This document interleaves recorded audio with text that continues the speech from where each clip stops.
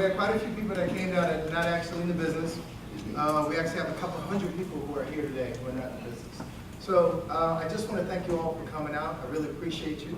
My name is Thomas Felder, for those of you who don't know me. I'm kind of co-hosting the event. And for those of you who are in the business, we're going to do something special for you. Kind of give you some things to sort of move your business forward. And eventually, at some point, when Eric is done addressing you, we'll move you back into the main auditorium, okay? And we already have seats reserved so you don't have to worry about losing your seats. Is that all right? Yeah. All right. There's also refreshments. Did they tell you about that? Yeah. All right. So for those of you who didn't get a chance to eat, they have a room with food. You guys can get food and you can actually take it into the event as far as I understand. Is that all right? All right. Awesome. What we're going to do tonight, though, is we're talking about how to move your business forward, how to be excited, how to be motivated, and actually take on some new skill sets. Some people in this business, what we do, we interact with people. And to be honest, this business prepares you to be successful. Y'all know what I mean by that? Some of y'all don't have the right mindset for success. Meaning that somebody comes say something bad to you one day, you angry. They don't ruin your day, right? I run into people all the time, they step on my toes, say something crazy, and I'm knocked off my game. And to be successful in this business, you got to know your game. You got to know what you got to do regardless of whatever, and nobody gets you off the plane. I got into this business, and the name of the company that I got into it because of a barber that I didn't know. And somebody invited me to his house. I was angry the whole time, and they wanted to talk to me about this business. I wasn't interested in going into this business. I wasn't interested in doing sales, right? Nobody wants to do sales. When you think of sales, who do you think of? You think of the vacuum guy, right? The guy who's selling the vacuum. You think of the guy who's got a set of sharp knives. You think of the guy with the blender, right? You think of the guy from the greasy car salesman. Hopefully they know car salesman. Right? But those are the things that come to mind. But selling things has nothing to do with the product. Y'all understand that, right? When people buy something, they're buying you. They're not buying the product. They're not buying the blender, the vacuum, the car. They're buying you. And sometimes you got to raise, you have to be a better you for people to be interested in you, right? You only got to rise as high as your mental development. Some of y'all want to be millionaires. Anybody here want to be a millionaire? Right? But you got to have a millionaire mindset. You got to say to yourself, am I prepared to do what it takes to be a millionaire? Right? Anybody here prepared to work a 23, 22-hour day? Yes? Awesome, because that's number one. That's the first thing you got to be prepared to do. Are you prepared to do that for a year or end with making no money? Right? If you guys know about Apple, y'all know Steve Jobs worked for like 4 years and didn't pay himself a dime. Y'all know that? Everybody wants to be a billionaire, but who wants to work for 4 years and no obvious results? No money coming in. It's easy for all of us to do when we got money coming in. Right? When you see a big check, but can you do it when there's no check coming in? Right? As part of building it up, as part of getting ready for success. That all of y'all here got to have a mindset that I'm going to work this business for 2, 3, 4 years so I get to a point that I know the money's going to come. It's like college. If you thought college was going to take you a year, then everybody's fine. But it takes 4 years. You got to set the correct expectation to be successful. You got to raise the expectation. Let me ask by a show of hands. How many people here have children? Got children? I've got a couple of parents here, right? And it's easier for me to spank your kid, right? You know what I'm saying? Your kid do something wrong, what's wrong with your kid? Give that kid a spanking, right? You ever sit with the kid crying in church, right? Why would you take the kid out to the mother's room? But if it's your kid, you sit there, you're coddling it, you're holding it, you're taking care of it. There's nothing that kid could do that's going to knock you off your game. This business is your kid. This business is your baby. This business is the thing that you've got to protect and make sure nobody rains on it, make sure it doesn't fall, get hurt. You guys have got to put that kind of energy into this business. Are you guys prepared to do that? Yeah. Right? Because that's all it takes. Now listen, we're going to do something a little bit different than I normally do. They're giving me some time. Y'all know I'm dangerous. Don't give me too much time. I want to share some things in the business for those who are in the business that's going to help you. I may or may not share it in the big room, but I want to show you a way that each one of you, I don't care what business you're in, we're all in the people business. Y'all understand that? Nobody's gonna make money without people. I don't care that you do stuff on the internet. I don't care that you internet savvy. I don't care that you're the Facebook king. You gotta be able to deal with people, right? And the people that we want to deal with to build our business are people in our warm market. And what kind of market? Warm. Warm market. So I'm going to show everybody here to build your warm market by 100 to 200 people overnight. Is that all right? Yes. Awesome. Now, one of the ways that I decided to build my warm market was I used my yearbook. Everybody here went to high school? Most of y'all did? Yes? What I did was I took my yearbook and I used a little software program. And that software program is named Linx. Anybody ever heard of it? All right, somebody heard of it? It's a software program that is $19 a month. $19 a month, I can put your name into it. I can put your name into the program. It will tell me where you went to high school. It will tell me where you live. It will tell me all of your email addresses. It will tell me all of your phone numbers. It will tell me the debt that you owe and the creditors you have. How about that? Tell me the high school and college that you went to. It'll tell me all your brothers, your sisters, your aunts, and your uncles. You think that'll help you? Yeah. Right? So literally what everybody in this room could do is just open up your yearbook and go page by page, person by person. You'll be able to contact people and be able to say, hey, this is so-and-so, I went to school with you, yada, yada, yada, how's everything going? Right? Try to be a friend first. Right? Y'all know when I first got into business, I tried to do business before I was a friend. So kind of change that. Be a friend first. Right? How are you doing? Right? How are the kids? How's your mother? Yada, yada, yada. And then say, would you like to earn some additional money? Right? But use that IntelliS program. It's a nice software. Everybody in the room can get it. You can share it with your team. And it costs you like $19 a month. Is that all right? Yeah. Did that help anybody? Yeah. All right, so that was the name of the website again. I'm sorry, IntelliS. IntelliS. INTELLIUS. IntelliS. Nice piece of software anybody here could use. The second thing that I've been doing lately is I'm not very good at following up with people. Anybody else got that problem? Yeah. All right, and I have a bunch of business cards that are piled up in my drawer at home. Right? And I use the business cards. I never take people's business cards. Well, sometimes I do. But I try to put the information right in my phone. Right? Like if you try to give me a card, I'm going to say, look, man, listen, I'm going to lose your card. Just give me your name and number. And I put it in my phone right away. And next to your name, I put a little dash, and I put the word prospect. Right? Everybody's a prospect to me. I put my mama's name in my phone, she's a prospect. Right? And I number it from 1 to 5. Right? And I number it to 1 to 5, so anytime I have some downtime, I can go to my phone in the search box, and I put prospect. Everybody I ever talk to shows up. And if I got a little extra time in the airport, the people who I'm going to talk to are the 5s. Right? When I wait in the line, I'm going to talk to a 5. When I go through my 5s, I'll talk to a 4. Are y'all with me? So that's one of the ways you guys can do that. And I kind of number them off, and I can keep track of every single person I ever talk to. Right? Every card that I have, I put them in the software. Right? If I got your business card in my drawer, I can take your card out, I load it up in a piece of software, and I can send an email or a text message to thousands of people every single day. Right? A lot of you here get emails from me, yes? Yes. Some of you got emails from me today. Yes. Some of you got hit on Facebook. You got 3 from me today. All of those were sent out on autopilot. Wow. How about that? I was either in my room or the convention center or taking a nap. Right? Every single person needs to build their business that way. All right? So I'll teach you guys how to do that. I'm going to teach you over there in the big room. Is that all right? Yeah. I teach you, I don't care what your business is. The goal is to put your business on autopilot. Anybody who you reach, you get their information, you put it in their phone, you put prospect, you number them between 1 to 5, get their email, get their phone number. Y'all got it? Yeah. All right, was that helpful for anybody? Yeah. All right, so here's the third thing. People always say to me, what do you say to people when you meet them? What do you say to people when you meet them? Some of y'all try to figure out how I do this. So I came here yesterday, and I was supposed to be training in the big room, and I saw a guy putting the chairs under the table. That was his job. And I said to him, I said, man, how long have you been doing this job? He said, I've been doing it for 11 years. 11 years? You're a grown man and your job is putting chairs under the table?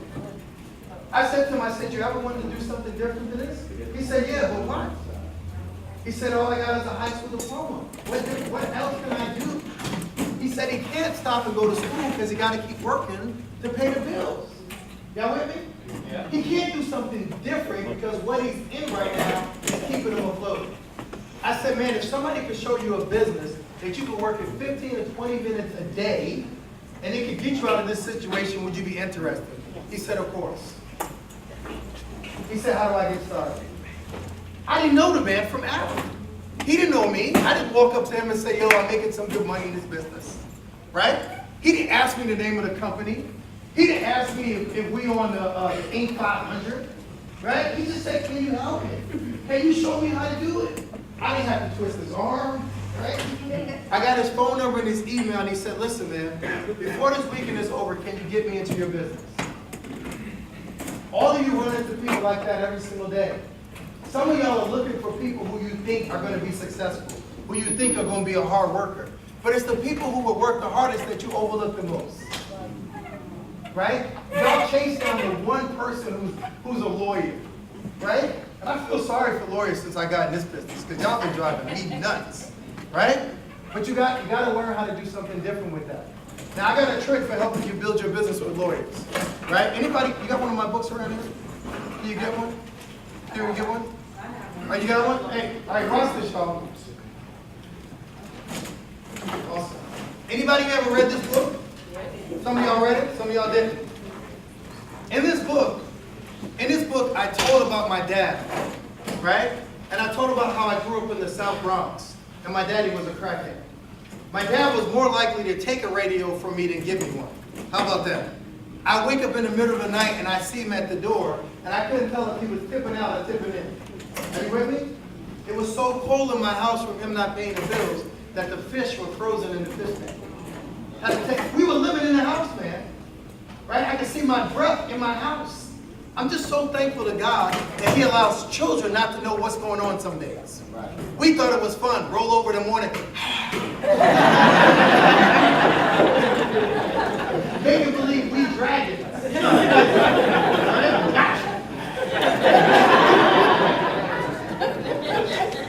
So anyway, I wrote about all of that in this book. And I wrote about how I transitioned from working for 16 to 20 years with no end in sight. I never thought I would reach a point that I did not have to work like a madman. Most of you need to work to pay your bills so you can go to work to pay your bills. And none of that screams insanity to y'all. Does that scream insanity? And, you know, I got a guy at my church, he's 47 years old, talking about he's ready to go to law school. I said, really? You got at least 3 years to go to law school, and then what you going to do when you get out? You're 51 years old. Somebody's going to start you out at $20,000 to $30,000 a year, unless you graduate at the top of your class. I said, you really got to have a plan, right? So I wrote in the book how I transitioned from doing everything that you guys think that you want to do, right? Most of y'all think y'all want to be a lawyer or a doctor, make $20,000 or $30,000 a month, but not seeing your kids, is it worth it? Not seeing your wife, is it worth it? Right? I was working so hard I couldn't get to the dentist to get my teeth checked.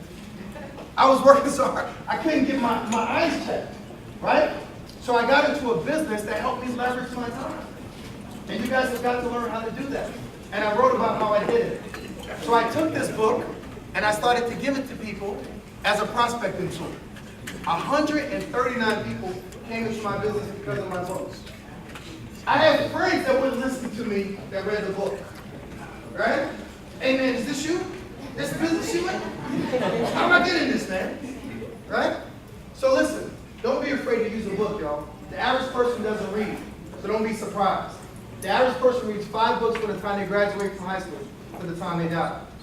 That was since 1982 when we started the MTV generation. Listen, I see my man here, so we're going to transition. And I'm just so grateful and honored that I have my good friend here. His name is Eric Thomas, E.T. the Hip Hop Preacher.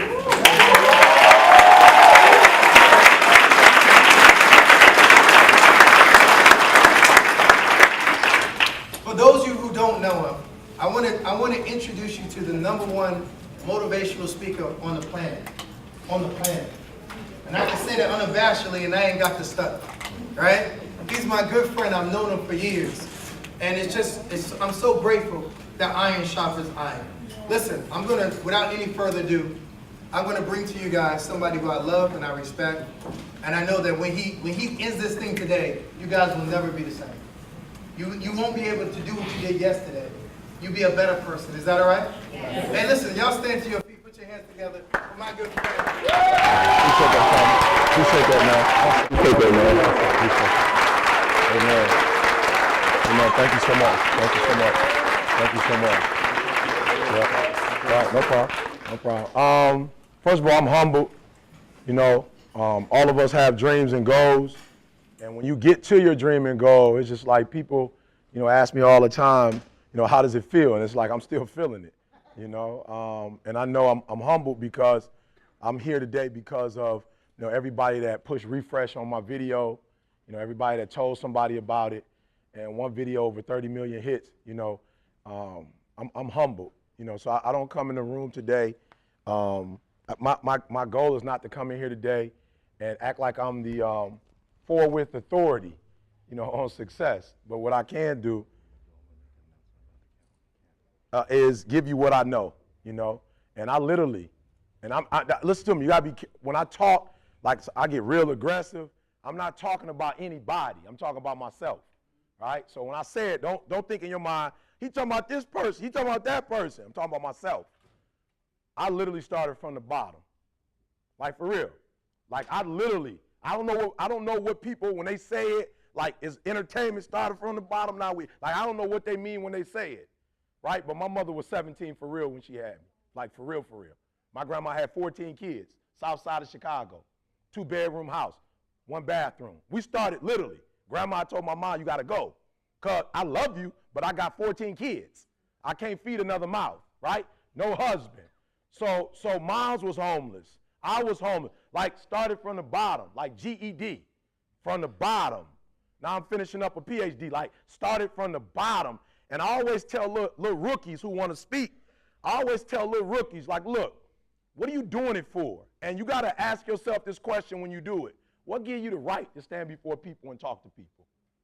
Like, we ain't talking about making money right now. What gives you the right to stand in front of another human being with cancer and say you can survive? What gives you the right to say that? Have you survived anything? Like, what gives you the right to talk about making money? Have you made any money? Like, what gives you the right? So I'm standing here today, not wasting your time, not playing with your life. Like, I'm not here to get a check. I make good money. I'm not here for a check. I'm here literally to say one thing to you that will allow you, now let me just say this to you so it can make sense. I was about 18, got my GED, got accepted into Oakwood, and I got my first charge card. Like, I can't make the connection between college and charge card, but when you get in, they giving them out, right? I don't know how it worked, you know what I'm saying? They ain't really checking your credit like they were, like they was on my credit hard before. I couldn't get like a phone book, right? They was on your kid, but once I got into college, I had with my name on it and a nice little credit limit, right? And I took that charge card, me and my girl was on our way to Oakwood. I had never been to Oakwood before. You know, I don't know no better, so I'm jogging suit out. I ain't never been to college.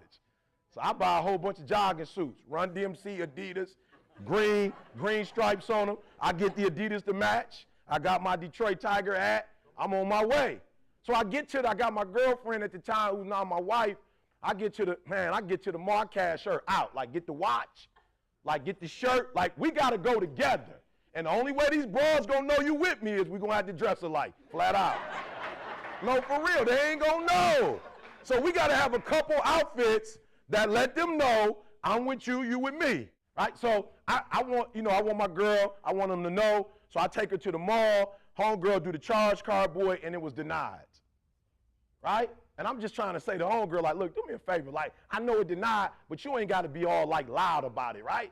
She just, like flat out, she like, your card's been denied. I'm like, ooh, she with me, like, you don't gotta do me like that. Right? So I said, do me a favor, come here real quick, just run it again. I just got it. I know it's sweet, but I just need you to run it one more time for me. She run it one more time, she like, it's declined. I said, come, okay, all right, one more time. But this time, do me a favor, tell me what the code, because it's a code.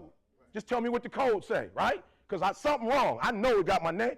She went back, looked at the code, came back like, Mr. Thomas, the problem is, it says you didn't activate it.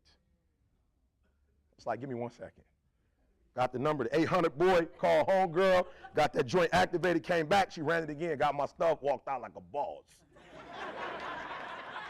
Right? No, y'all playing. I've been married 24 years. My girl still got the guest watch from back. Now, I don't know where mine is, but she pulled it out the other day, the guest watch. I'm like, wow. What? Okay, so you might have just missed it. Question and answer. Give me a minute, because I don't want you to ask me nothing. I don't want you to ask me a question that somebody else in the room could ask. So that's why I'm giving you my backdrop so you can know who I am, so you can know. Because real, some stuff Tommy can tell you, you shouldn't ask me. Right? For it's some ballers in the room. Don't ask me what you're going to ask them. So I'm coming with a perspective, hopefully, that you going to get something from me that you're not going to get from anybody else, right? So what I'm telling you is that greatness is in a lot of y'all, but you've not activated it.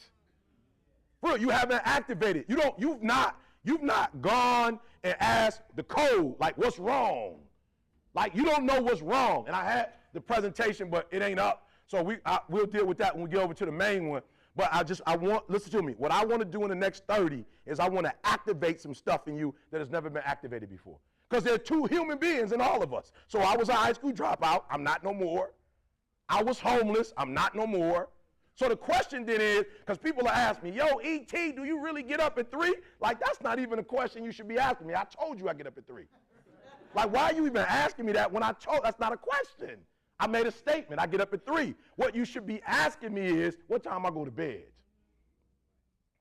That's what you should ask me. And then you should ask me, when I get up at 3, from the time I wake up to the time I tell you to go to bed, you need to be asking, what are you doing? And then when you really get deep, you ain't asking none of that. You want to know, what's your mindsets? What makes you think the way you think? What makes you tick the way you tick? Like, what button did you click on to go from where you are? Now, look, Tommy said it. I didn't say it. I'll never say that with my mouth because I don't really know if it's true or not. And if it is true, I don't want to know about it. I wouldn't consider myself the best in the game. I would consider myself hungry. I would consider myself trying to get to the place that, yep, when I die, this thing keep going. Yep. So what you need to know is what happened. What clicked in this boy? What took my man from homeless to Australia? What took my man from that to London, to South Africa? Like, what clicked? And for me, boom, I got that thing activated. And let me tell you something. Once they activate it, it can't stop. So for some of you, you still on 70%. And you geeked about your 70 because your people on 50. So your 70 seem deep. Your 70 deep. Ain't nobody around you doing nothing. You understand what I'm telling you? They not doing nothing. So when I got with Bob Proctor, for real, I grind. So I'm speaking and I see Bob Proctor there. Bob Proctor, for those of you who know anything about the book, The Secret, he was one of the contributors to the book. And so I tell my first joke and I'm looking at my man and he laughed.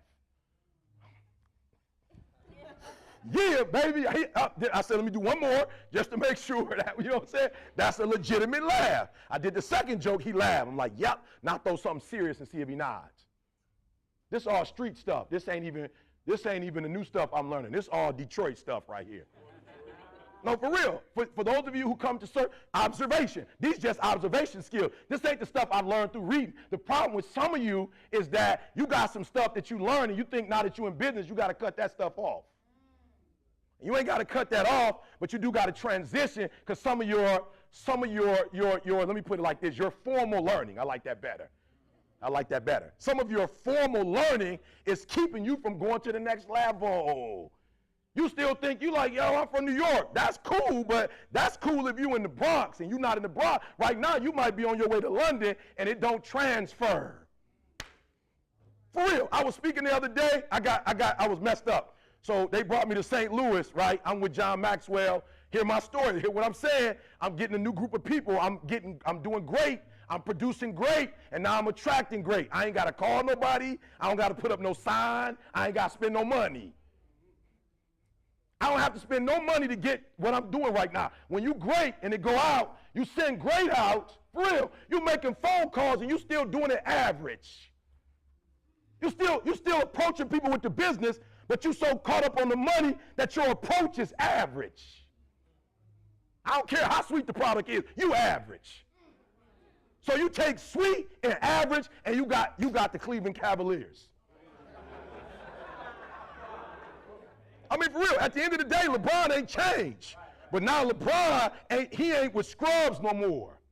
And the deepest thing LeBron said, catch it, had nothing to do with championships. When he got to Cleveland, LeBron said, I ain't never practiced like this before. This practice seemed like playing. Next level. So you got to lose some stuff, let some stuff go. So after it's over, I'm like, ooh, Bob Proctor was feeling me. I'm about to go holler at my man. So the organizer came to me like, E.T., you murdered it. You did better than we thought you was going to do. I said, oh, okay, well, then I need a favor. I need you to set up a lunch meeting or breakfast meeting, whatever, with Bob Proctor. Bob was like 10 o'clock tomorrow morning. I'm like, I'm there. Watch what I'm about to tell you. When I got with Bob Proctor, I was like a scrub who never spoke before. Don't nobody know me. I ain't never done nothing. I went to my man, humble. Some of you killing yourself because when you think you sweet, you stop learning. Yep, you think you so sweet, you ain't learning nothing no more. I went to my man, humble, like I ain't never spoken a day in my life, like I'm insignificant, I don't even matter. But I need 30 minutes with you because I need some new information. I sat down with my man said to me, E.T., you still selling books? I said, what? Like I came to talk to you, don't insult me, bro. Like, what? Talk to me, what do you mean, bro? He said, you still selling books? I said, yeah, I'm still selling books. In the back of my mind, I'm like, I'd have made a couple mil. I don't know what my man talking about. Bob Proctor said, kid, don't nobody make money off books, but chicken soup for the soul. He said, why don't you do this? Give your book away. And what you do is you give your book away, but you put some marketing in there for your Ascension program. I said, what kind of program? You know what I'm saying? I'm from the D. I ain't never heard nobody talk about no Ascension program. I said, a who? He said, E.T., you've been doing this over 20 years, kid.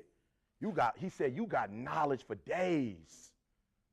You just need to go ahead, get that green screen, boy, and come up with a couple courses and start your own university online. You get a book away. The book only $24.99. You get a book away, and somebody sign up for your lowest program is $99. Somebody sign up for your highest program, $299. And if they want to just go and cash out and buy it so they don't have to keep paying, they pay $4,000 and get it for 2 years. I'm like, okay, cool. I mean, for real, it sounds good, but I'm going to be real with y'all. Sometimes you got to give up to go up. And for most of us, the hardest part is giving up. Look, listen to me. It ain't nothing to give up broke.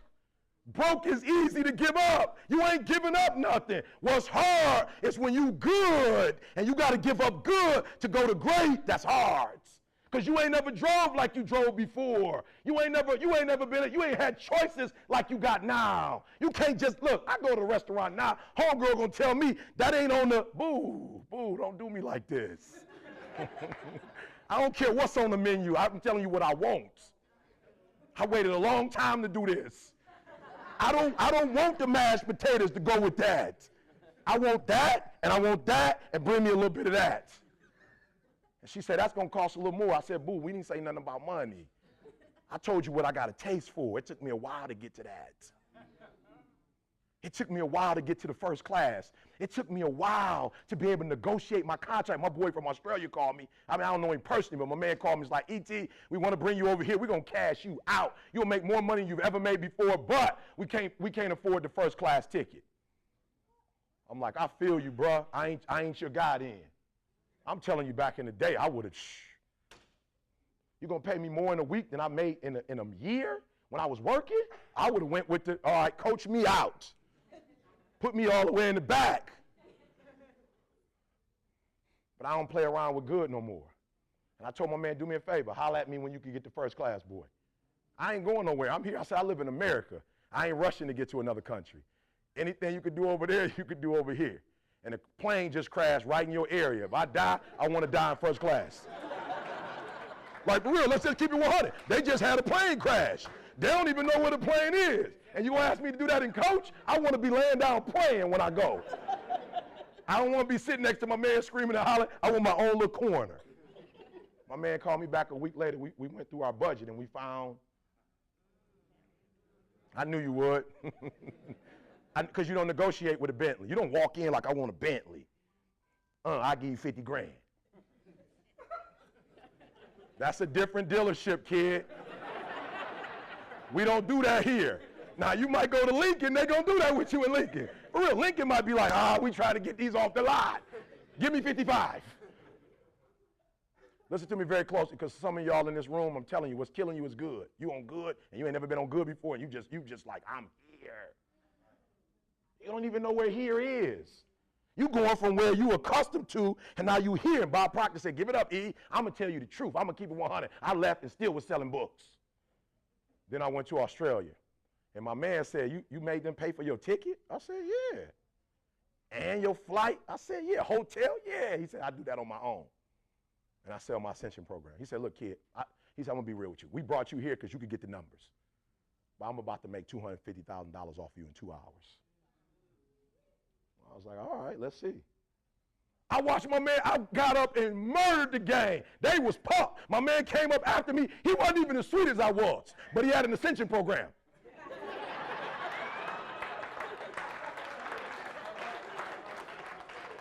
I murdered my man. And I got a little check, and he did an Ascension program. They made $500,000 because it was they little soccer, whatever, football. It was a tournament, so it wasn't a whole bunch of people there. They made $500,000. My man cut my man a check for $250. He got it $250. They split it. They left. I came home, told my boys no more speaking. Ascension program. All right, gotcha. All right, so when you have that imaginary fear blockage in front of you that stops you from taking that first step, you know, because you had a momentum and someone told you no and pushed you back into that. What pushed you back? That no. Not the no didn't push you back. You internalized the no. No, listen to what I'm saying. The no didn't stop you. You internalized the no. Something about you was like, no, and you took it like, yep, no. No, I want you to understand what I'm saying, because you can't fix what you're not real about. You made that up. You gave it power. So then I ain't tripping, because if you gave it power, you can take the power from it. Because you're the one that gave it power in the first place.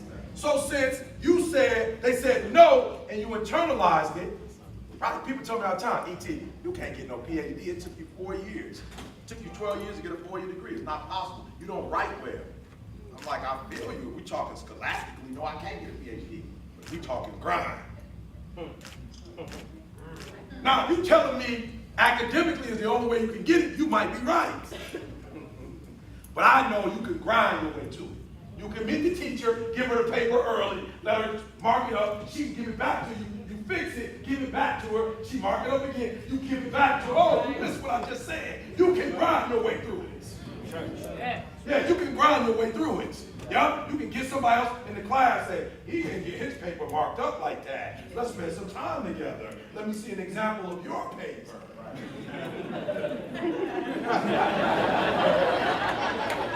You hear what I'm saying? I just want to see your paper and because I'm hood, I'll study it. I'll see how you started. I'll see how you cite it. I'll see how you use theory. I'll see how it was practical. I'll see how you ended it. I'll see how you supported it. I'm smart enough to mimic what I just saw you do. That's what Mike did. You like, oh, Mike was the best dancer ever. Mike mimicked James Brown. Yeah. Mike didn't make that up. Now, Mike took what he got from James Brown and added a little something to it. But James Brown took what he took from the church. They was catching the Holy Ghost and dancing back in the day. And James saw it and was like, oh.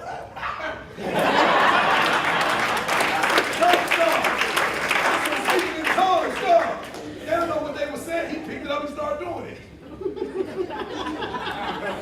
So I'm going to say it again. So when you internalize the no, now what you have to start saying is, why did I internalize it?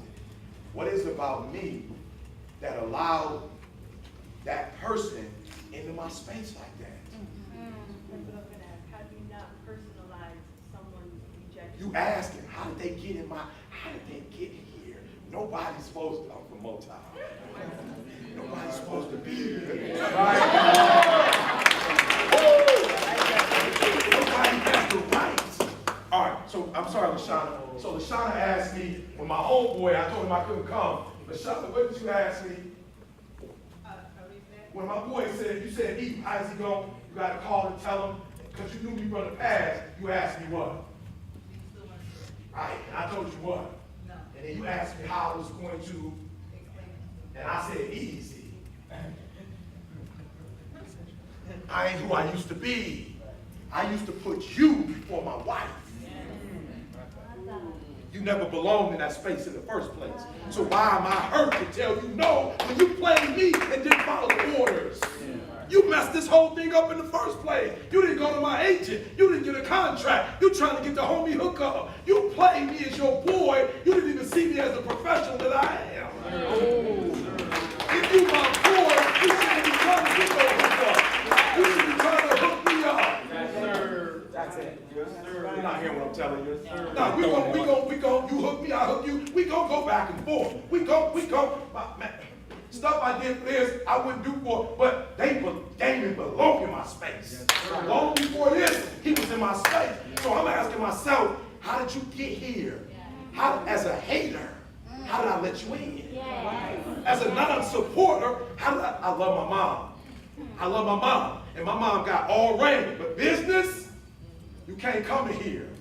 Because I know where your mind and your spirit is, and you don't understand this. My kids, you mom. My money, you mom. I got you. But in business, you can't be here because you're not healthy in that area. You don't see like an entrepreneur see. So you got to ask yourself, like, whoa, what is it about me that I even let them, why did they even feel comfortable coming to me like that? They should have even felt comfortable coming in my space. And then when we deal with us, and the reason why I deal with us, because when you deal with you, you got all power. You can't change nobody else, but you can change yourself. So now it's easy for me to say no, because I'm like, yo, I could tell you wasn't even looking out for my family in the first place. You trying to put me on what type of flight with a layover? From Detroit to Cali? You trying to turn a 5-hour to a 10? You got me in the middle seat? No, you laughing. I told my boy, you trying to play me. You want me to fly to Australia for 16 hours? Sitting up, but as soon as I get off the plane, you gonna want me to be ET. Now you playing me, you want me to sit in the back, in the middle for 16 hours, but as soon as I drop off the plane, you got cameras, lights, action. You got all your people, you got the VIP hookup, you got people meet me at the airport, they're in the car talking to me. Bro, I'm gonna have to get some sleep on that. I'm gonna have to be able to lay down and get some rest. I'm gonna have to eat when I feel like eating. Not because I'm trying to ball, but when I get off, I want to be fresh. And I can't be fresh if I ain't in business class. I need to be able to take a shower. I need a rag, a hot rag. For real, I can't be hitting the button looking for you. When you in the back on the international board, they going to sleep just like you going to sleep. They ain't up for 16 hours. When you in business class, somebody's job is to look at you looking at them. Just look at me, Mr. Thomas. I did. How can I help you? I need some water. No ice, please. When I hit that ground, no excuses.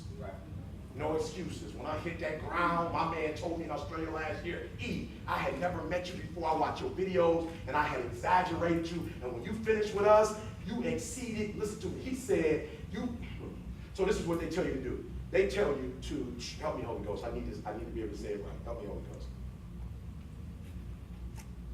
Okay, somebody help me out. Help me out. You are supposed to under-promise and over-deliver. My man told me you over-promised and over-delivered. Wow. He said, I ain't lying. I had you up here, and when you finished, you was up here from the time you landed. Then I got back on the plane first class with my mom and my aunt. When I got home, they got the fresh ET when I got home. They didn't get leftovers. Because I've been gone for 10 days, and when I come back, they want daddy like they know daddy, not the little jet lag daddy. So get them out your space, and you need to deal with you, and ask yourself, who gave them the key to get in? And then what you need to do, some of us had to do this before when you get a crib, and you gave too many people the keys, you got to change the locks. You said, the keys back. For real, you called ADP, changed the whole code, and first it was like 6342, you changed all your alarm stuff. You called like, look, I need to check my code, everything. There's some people who had it that don't need it no more. So you need to let them start.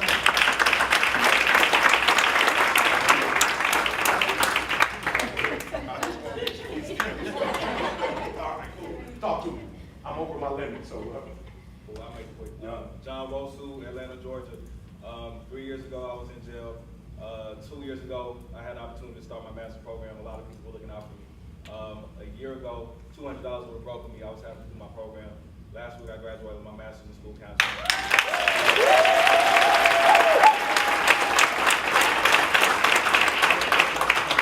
And I want to say that on this journey to personal growth and development, 6 months before today, I've been listening to you almost every morning. I want to say that I appreciate you. You know, my question is, you know, can I show you some love? That's my question. Because the stuff that you've done and the stuff that everyone in my life who has supported me has done, I appreciate it.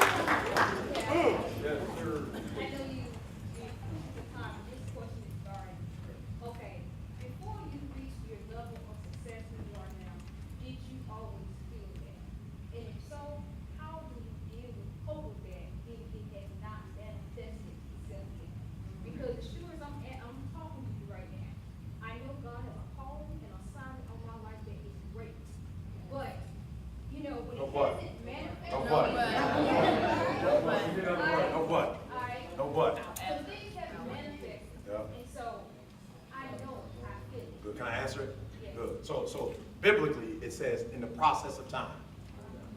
All right. All right. Feel what I'm telling you. Feel me in the spirit. In the process of time. All right. So what the process of time means is that it happened already. It's in the process of time. No. Listen to what I'm telling you. It means it has already happened. You got to hear what I'm saying. Now, when people say, E.T., come on, man. If you know me, I've been on this. Yeah. So come on, I've been on this. This ain't I know one hit wonder. Yeah. You from Oakwood, I've been on this. Yeah. I've been doing this since you met me. Whatever you want to call it, celebrity status is new, the money, but I've been successful. Because I've been me. Yes, and I've been doing what I've been called to do. The money don't make me successful. The process of time. He told Joseph, they gonna be, and he said it, they did it. But what he was thinking, it meant tomorrow, next year. And what the Creator was saying was, no. And you better hear what I'm telling you. The process of time means I've already given it to you, but your character is not ready to handle it right now. No, you better hear what I'm telling y'all. You better hear what I'm telling you. What I'm telling you is, you know what kind of character you have to turn down millions? I walked away from my man. I told my man, bro, you don't get it. You can't buy me. I can't be bought or sold. What you selling, you can buy and sell. I got character. I can make as much money as I want to. Because I live what I practice. So as soon as I hook up with your company, because of what you represent, my likability goes all the way down. Because you grind me. So as soon as I connect with you, you're going to give me a little check. But if I keep my character straight, I will make that every year and some. So what God was saying is, I don't have a new voice. I don't have a new gift. My character is finally caught up with my gifts. And it's a balance now. You feel me? So now I can handle money. I can handle power. I can handle, I'm with, you name them, NBA, I'm with those guys. But I'm not, let me tell you something, God is so good, watch this. God showed me, do you know how you blew up in NFL, son? Do you know how you blew up in NBA? Let me tell you what happened. I didn't even know it. I would be the first person in these boys' life that would walk up in there and challenge them. But I was able to challenge them because I wasn't coming in like, and they were so accustomed to people just jocking them that I was the first dude that walked in and wasn't jocking them and challenged them. And they was like, whoa, and God said, you don't even get it. You don't even know why you went in there and you wasn't really on that. I said, why? He said, because you've been praying every morning at 3 o'clock for the last 18, 19 years. And when you've been in the presence of God, ain't no human deed. All right. No, and no disrespect. You still revere and respect humans, but you're not like a human. Right. And if you are, it's a Martin Luther King. It's your grandma. Like it's somebody that poured into your life, not somebody just on TV. It's somebody that did something for you. So what God told me in the process of time here, I got all of this for you. You can have it in 14 years, you can have it in 18 years, you can have it in 20 years, but I will not give you anything until your character is ready for it, son. I will not give you anything. My son is so difficult. What's your name? Tracy, let me tell you something. My son wanted a car. I promise you I wanted to give him a BMW on the first car. Tracy, hear me. It's hard as a parent when you have and your children are not mature enough to receive what you have. So I was with my son when he was doing his driver's test. He was murdering. And I said, if you got that type of foot, what's going to happen if I give you what's going to happen? I give you a sporty BMW. You know what I'm going to do? I'm going to take you to your grave. So I'm going to get you a truck, because that's what kind of driving you do. I'm going to give you a vehicle for the driving that you do. And I got him a truck. I give my daughter probably whatever she wanted. He like, oh, you spoil her. No. When my daughter went and got her driver's exam the other day, the dude told her I should have failed you on a couple hookups, but I passed you because it seemed like, it seemed like you kind of know what you're doing. I should have just flunked you because you didn't hit the stop sign. You kind of go through. And when my daughter went and got her license, the lady was like, did you pass? And my daughter was looking down, and she was like, yeah. She's like, why aren't you happy?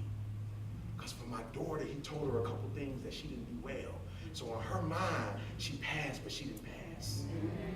So in her mind now, she got to practice. My son, he would have passed, he wouldn't have been worried about none of that. My man wouldn't care nothing about all the little corrections he got to make.